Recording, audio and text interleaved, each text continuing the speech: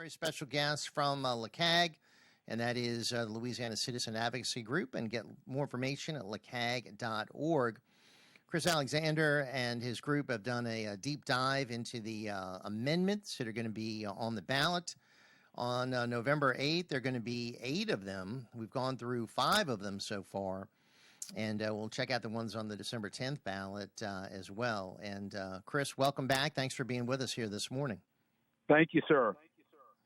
Number 6, limit the amount of an increase in the assessed value of residential property subject to the homestead exemption in Orleans Parish following reappraisal at 10% of the property's assessed value in the previous year. Make sense of that for us if you could. Jeff, basically, if property is appraised at 50% or more by an assessor than it was the year before, they have to phase in the property tax increase at no more than 10% a year. We recommended voting yes on this because the proposed amendment limits the taxing authority's authority to arbitrarily increase the value of residential property in order to impose more taxes on homeowners. We're taxed on everything, and anything we see that would limit a taxing authority's ability to tax a homeowner, we're for it. And especially if you're looking at having to pay a 50% increase in property taxes from one year to another. We think it's a good amendment. It limits the taxing authorities' ability to tax. I completely agree. Number 7, prohibit the use of involuntary servitude except as it applies to the otherwise lawful administration of criminal justice. Amendment number 7, you and your group recommend a yes vote. Yeah, we recommend yes on that, Jeff. The amendment really doesn't change much. It simply modifies the language of the Constitution, which says that slavery and involuntary servitude are prohibited in Louisiana. And then just below that, it says nothing in the foregoing paragraph shall in any way restrict the lawful criminal justice administration. So the amendment really doesn't do much. It doesn't hurt anything. It doesn't change much. We recommended a yes vote on that. It just clarifies the constitutional language. Number 8, remove the requirement that homeowners who are permanently totally disabled must annually recertify their income to keep their special assessment level on their residences for property tax purposes. And your group recommends a no vote. Well, we recommended no on that, Jeff. Because the amendment doesn't define what income is, and while permanently disabled people generally do not have an additional source of income because they're disabled, we don't know for sure. The amendment is not clear, and so until they clarify the language of it, we're recommending no. And that's the problem in a lot of these. They're written in ways that are not clear, and it doesn't seem like all the homework was done. So that's a perfect example right there. Yeah, I mean, if they would define income clearly in the amendment, then we would be for it. Certainly, we're not for imposing additional burden on disabled people, but the language is just not very clear. Unbelievable. Okay, so that's on the ballot.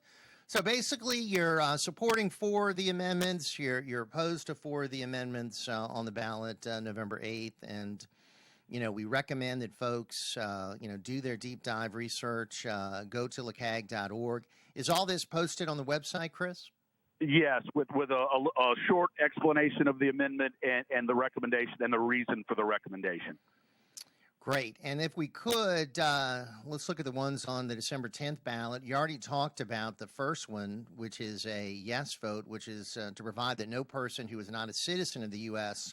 shall be allowed to register and vote in the state. It seems pretty obvious, but we need to definitely clarify that, don't we?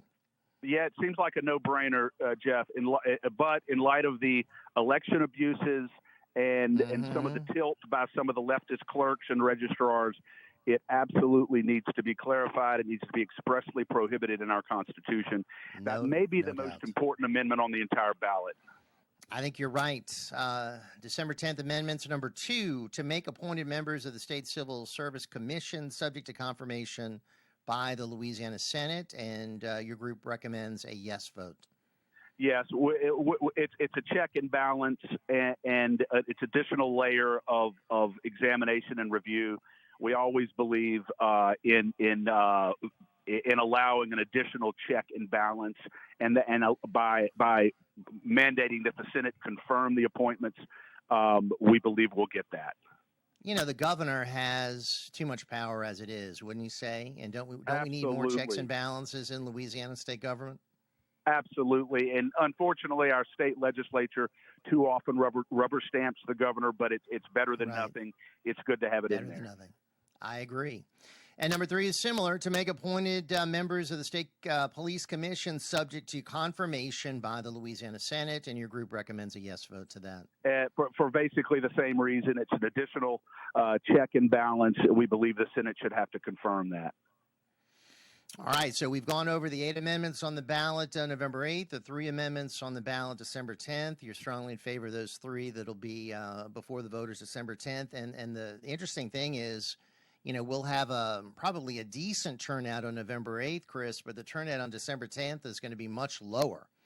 Yeah, so, we're going to be, but we're going to be that's pushing when we really hard, need to Jeff. get. That's when our work is cut out for us, to get the people to the polls on December 10th. I wish the December 10th amendments were on November 8th, at least the very first one, prohibiting any non-citizen from voting. I wish that was on November 8th, to be honest with you. But we're going to push hard to get people out to vote. And thank you, Jeff, for having me on. I'm going to encourage everyone to go to lacag.org, support our group. We're keeping a close eye on these legislators, and we are going to return the legislature to the Louisiana citizens because many of our legislators have lost touch with who they represent. Definitely, my friend, and I want to have you on regularly, and thank you for the work you're doing, and we appreciate your time this morning. Thank you, Chris. Thank you, Jeff. Thank you, sir. Thanks for having me. God bless you. All right, check out lacag.org.